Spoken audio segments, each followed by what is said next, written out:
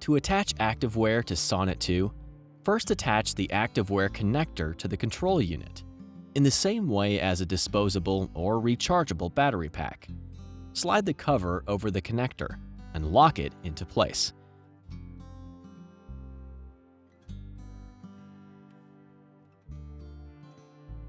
Attach any Sonnet 2 battery pack to the ActiveWear battery pack connector.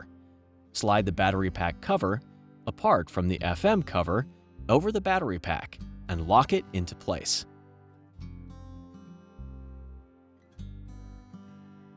Slide the silicone ring of the attachment clip over the battery pack cover.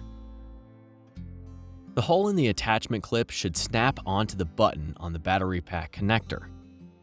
The battery pack can now be clipped to clothing. Alternatively, the Huggy accessory can be used to attach it to clothing, particularly useful for children.